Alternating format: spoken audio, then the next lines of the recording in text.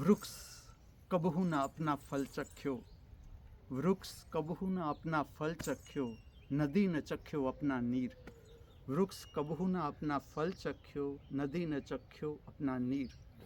बहुजीव हिताय, बहुजीव हिताय, संतन टिकायो शरीर। नमस्कार, वंदन, प्रणाम।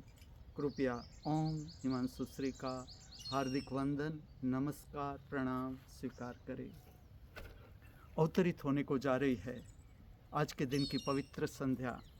आप सबका हार्दिक स्वागत है सांध्य समय की पवित्र प्रक्रिया नृत्य सुदर्शनम प्रक्रिया में, जिसमें आज मैं भरतनाट्यम नृत्य शास्त्र पर आधारित 3 नृत्य सभर प्रार्थना की अभिव्यक्ति करने को जा रहा हूँ।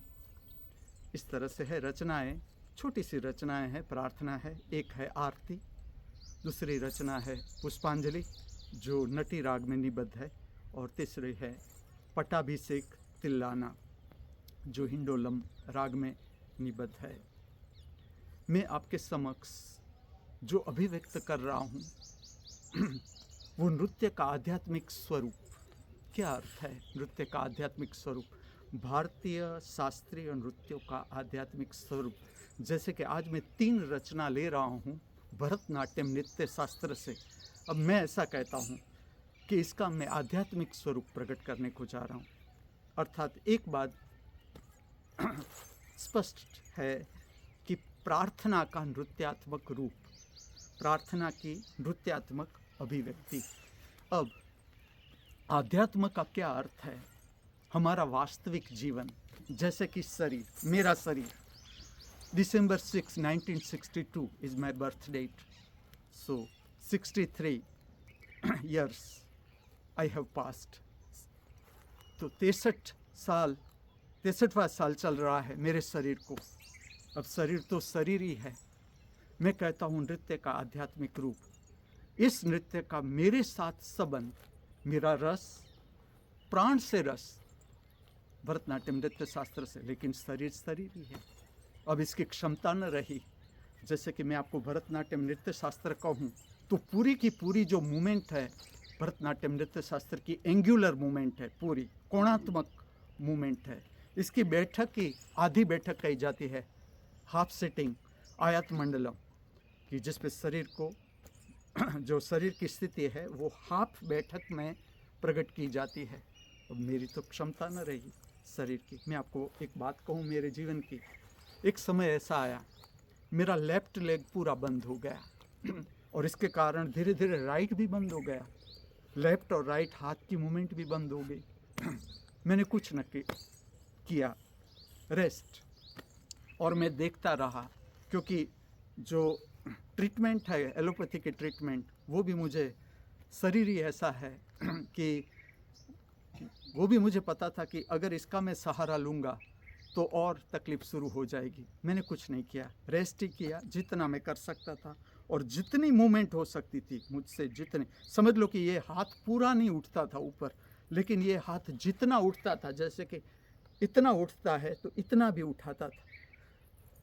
इसी तरह से पैर, ऐसा समझो धीरे धीरे मैं 10 कदम चलने लगा। मैंने 10 कदम चलना शुरू किया और धीरे धीरे मेरे जो पूरे शरीर की मूवमेंट है मैंने ठीक कर ली। फिर से मैंने नृत्य प्रारंभ कर दिया। ऐसा 3 बार मेरे साथ हुआ। जैसे कि अभी शाम का समय है और मुझे सीधा चल के जाना है तो मुझे मेरे शिष्य की मदद लेनी पड़ेगी। मैं अकेला सीधा नहीं चल सकता या बहुत तकलीफ पड़ती है। नृत्य में भी ऐसा होता है। आप कई बार देखोगे, आपको भूल भी लगेगी कि स्टेप ठीक नहीं, उसका कारण है। जैसे कि मैं आपको एक बताऊँ, छोटा सा उदाहरण दूँ। मुझे ऐसा करना है तदिगिणतोम। अब ये हाथ आगे से पीछे जाता है। अब क्या होता है, जैसे मैं आगे से पीछे ले जाता हूँ, शोल्डर है ग्रिप गंवा देता है, तो मैं पूरी ठीक से मूवमेंट नहीं कर सकता। अगर मुझे ऊपर से लेना है तदिगिणतोम तो भी मुझे देखना पड़ता है। प्रतिपल अभी भी शरीर को मैनेज करना पड़ता है। ये मेरा शरीर। तो आध्यात्मिक रूप का अर्थ क्या है? मैंने भरतनाट्यम छोड़ा नहीं। भरतनाट्यम पर आधारित नृत्य सभर जो प्रार्थनाएं है, ये मेरा इंटरेस्ट रहा कि इसको किस तरह से ऐसे शरीर में भी अभिव्यक्त की जा सकती है तो आज मैं जो आप लोगों के समक्ष प्रकट करने को जा रहा हूँ, ये नृत्य का आध्यात्मिक रूप, इसमें मेरा ही उदाहरण, आध्यात्मिक रूप अर्थात मेरा ही उदाहरण मैं आपके समक्ष इसलिए प्रकट कर रहा हूँ कि ऐसे कई कलाकार हैं, कई कलाकारों को मैं मिला हूँ, मिलता रहा हूँ, आज भी मिल रहा हूँ। कई कलाकार ऐसे हैं जिसने नृत्य का अभ्यास भी किया, फिर ऐसी कोई तकलीफ हो गई, नृत्य छोड़ दिया।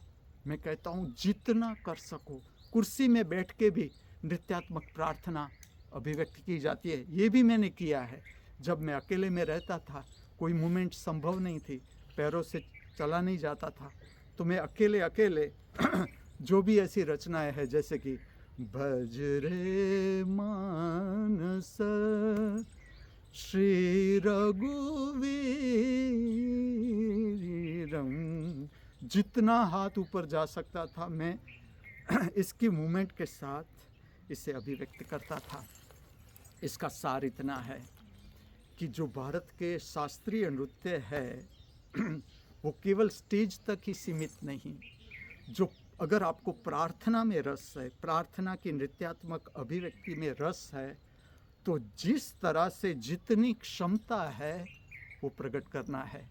आज का जो पूरा 3 नृत्य है, आप ठीक से देखना, मेरी कितनी क्षमता, मेरे शरीर की कितनी क्षमता, तीनों नृत्य भरतनाट्यम पर आधारित है। अब इतनी तो मेरी क्षमता नहीं कि इतना स्टेप वर्क मैं कर सकूं। फिर भी आप देखें किस तरह से 3 रचना आपके समक्ष प्रकट करने को जा रहा हूं। और इस नृत्य को, इस नृत्य शास्त्र की जो मैं प्लिंथ तैयार कर रहा हूं, आगे और कलाकार इसमें बहुत काम करेंगे, ऐसी मेरी आशा भी है और देखना है।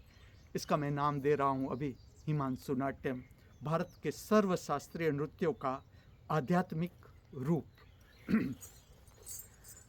अब अबाउट श्रृंगार, मैं श्रृंगार का आध्यात्मिक रहस्य कहूँ, जो नृत्य में श्रृंगार अभिव्यक्त किया जाता है कि पूरा शरीर है, इसके प्रति रिस्पेक्ट का भाव, और पूरे शरीर में जो गहने पहने जाते हैं, इस तरह से इसका आध्यात्मिक रहस्य है। हमारा पूरा अंतर शरीर प्रकाशित है, तो जितना गहनों का उपयोग करके इसको दर्शाया जा सके इसे दर्शाया जाता है। और जो हिमांशु नाट्य में प्रकट करने को जा रहा हूँ, इसमें श्रृंगार की सेंस मैं आपके समक्ष अभिव्यक्ति करता हूँ।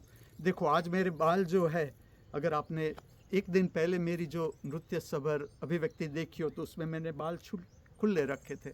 आज मैं जटा बांध के आया हूँ क्योंकि रचना इस प्रकार की है। तो जो सेंस ऑफ श्रृंगार है, वो भी अगर मैं योग की भाषा में कहूँ तो उसका संबंध बनता है, हृदय चक्र से भी बनता है और सहस्त्रार चक्र से भी बनता है।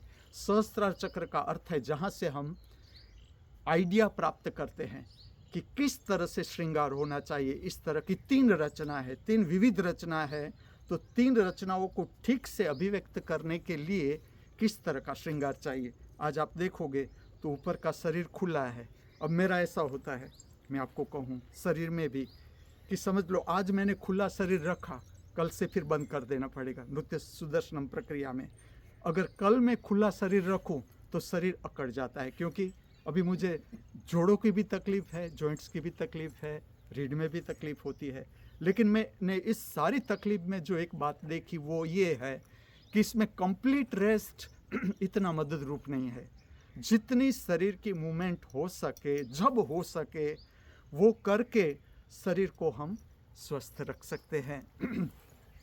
एक और बात भी कहूँगा कि आज का जो मैंने वस्त्र पहना है, पवित्र वस्त्र जो मुझे अर्पण किया था, अब तो वो शरीर में रही नहीं। मेरी शिष्या ही निर्मला राजेश भट्ट बड़ौदा से, लेकिन वो भी ऐसा व्यक्तित्व था, वो नृत्य नहीं जानती थी, उससे स्वयं नृत्य नहीं किया था, लेकिन भारत के सर्व नृत्यों के साथ उसका प्रेमपूर्ण संबंध, भारत के सर्व शास्त्रीय संगीत के साथ उसका हृदय से संबंध। आज वो शरीर में नहीं, फिर भी मैं कहता हूँ वो मेरे साथ ही है। तो आज का जो पूरा वस्त्र मैंने पहना है वो निर्मला की भेंट है। इस जगत के सर्व कलाकारों के भीतर बहती हुई कला की दिव्य शक्ति को हार्दिक वंदन करते हुए, प्रणाम करते हुए, हमारे सबके भीतर उपस्थित दृष्टा स्वरूप परमात्मा के चरणों में हार्दिक वंदन अर्पण करते हुए मैं आप सबको ले चलता हूँ नृत्य सुदर्शनम प्रक्रिया में।